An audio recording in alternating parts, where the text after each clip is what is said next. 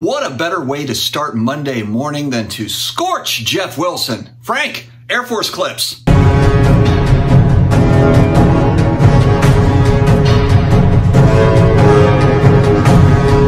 I kid, Geoff. We'll have some fun talking about Geoff's recent video about trades that he felt went right when others say that they felt it went wrong. That's what the comments say.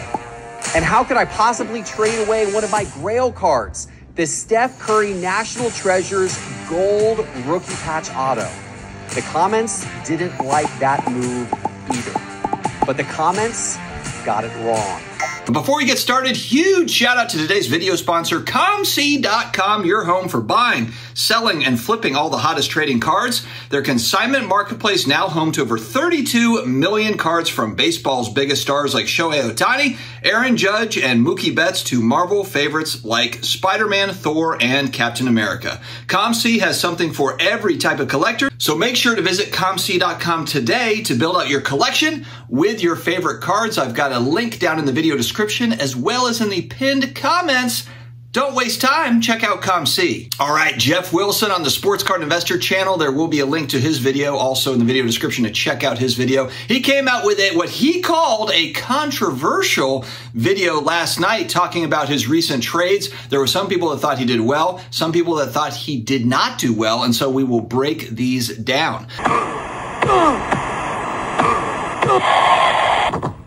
All right, so the first one he talked about was a Shohei Ohtani rookie auto card plus Trevor Lawrence downtown for the 1-of-1 Desmond Ritter no huddle black. Is it Black Prism 1-of-1 or Black Finite 1-of-1? Either way, great Desmond Ritter card. Probably one of the, if not the best Desmond Ritter cards. And I know a lot of people are probably thinking like, but it's Desmond Ritter. And that's exactly what I'm thinking as well. However, when I did hear Geoff kind of explain himself, the one part that did make sense to me was Shohei Ohtani and Trevor Lawrence being really as hot as they've ever been. Trevor Lawrence coming off of a season where he had his coming out party. So, of course, you got August timeframe, July, August, where everyone's getting excited about football season. Trevor Lawrence cards are hot.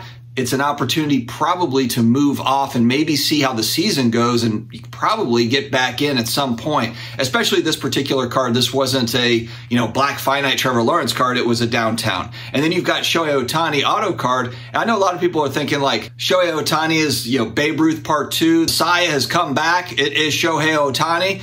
And I get it, but also Geoff saying, look, this is as hot as his card prices have ever been. Makes sense. If we look back, and I know Ohtani people are going to probably roast me for this, but he started his career, from what I remember, he was injured for the first year, year and a half, first season, season and a half, couple seasons. And we see this in sports cards all the time. We get wrapped up in players that are doing tremendously well. And look, there might be an injury. Or, as Geoff had mentioned, what's going to happen through the rest of the year? I mean, the Angels are kind of sliding down, doing their Angels thing. They're not going to go to the postseason, most likely, I don't think.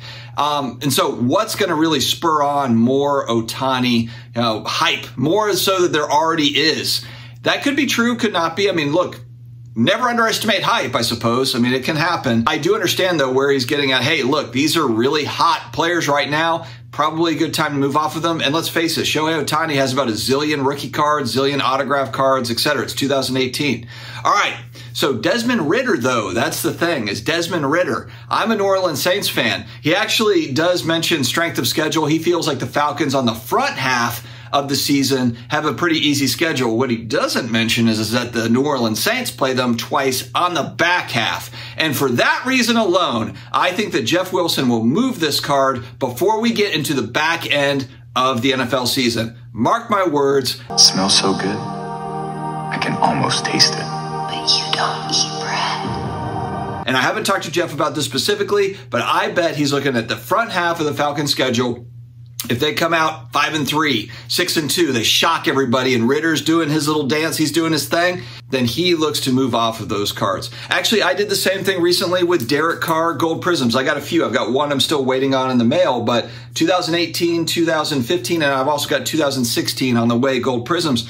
They're a fraction of the price of the majority of other quarterbacks Gold Prism. Nobody cares about Derek Carr, like I said, except for me and Vegas Dave.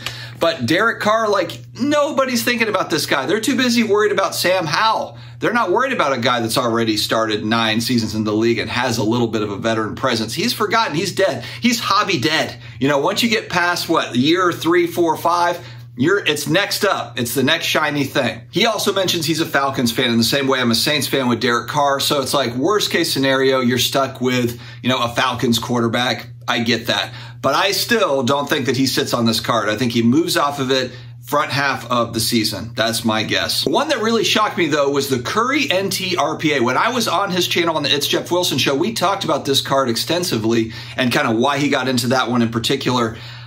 I thought that he would hold on to this one. And from what he said, he planned on holding on to this card. He went to the National with the card to see if he could actually move it into a PSA holder from a BGS 9. Instead, Guy made him about a $150,000 trade plus cash offer. He was into it for $130,000. So he says, hey, I made $20,000 in a matter of a couple months if we're looking at trade cash value.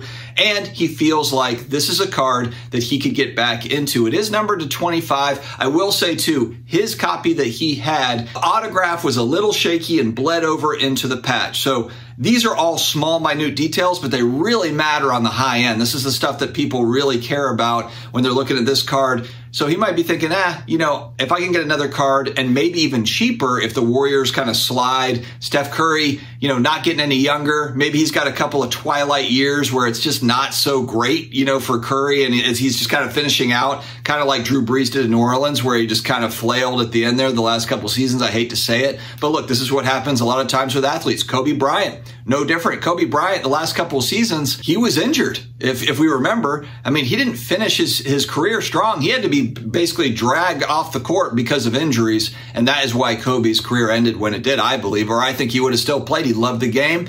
And, you know, so this is what happens with athletes. From Jeff's perspective, the idea is, I want this card again. And I think that he will get this card again at some point down the road, even for the same price, or maybe he gets a better copy for the same price, or maybe he pays a little bit more, gets a better copy. I do think he'll have this card at some point again, but I was surprised to see this one go, especially given the fact he's met with Marshall Fogel. It's clear that he's trying to move into more of higher end, top tier collectibles for his long-term hold. Desmond Ritter is not a part of his long-term hold plan. I can almost guarantee that. Without speaking to him specifically about that card, that is more of a fun kind of, we're prospecting, we're speculating, we're gambling essentially, and we're flipping. I'm noticing something interesting happening on the high end. There are a lot of card prices moving downward that surprised me a little bit. One of them is the Tom Brady championship ticket auto.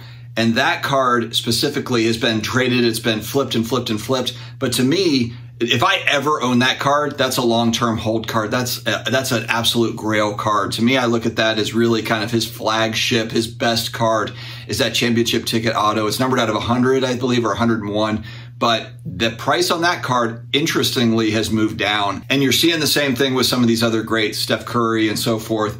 And so I think there really is a timetable. There's a few-year period here over the next few years. For high-end important cards, we moved into more of a bearish market, unless you're talking about just extremely rare stuff, Mantle PSA 10s or whatever, you know, that sort of thing is still going to hit those highs, you know, but there's these classic players that like a Tom Brady who is just retired, or a Curry who's an all-time great that's just kind of finishing out his career. A lot of people have talked about LeBron James. His prices have moved down pretty dramatically. You know, does that continue? You know, but these are all-timers, and they're not like just regular Hall of Famers, but the top tier Hall of Famers. You know, these are all-time greats. So it will be really interesting, I think, to watch over the next few years. I think there's going to be some tremendous opportunities, those that are able to make these high-end buys. But I also think, too, in that mid-end, it will be fun to watch. All right, guys, make sure to chime in the comments section below. Stay healthy, stay awesome, and I will talk to you again later.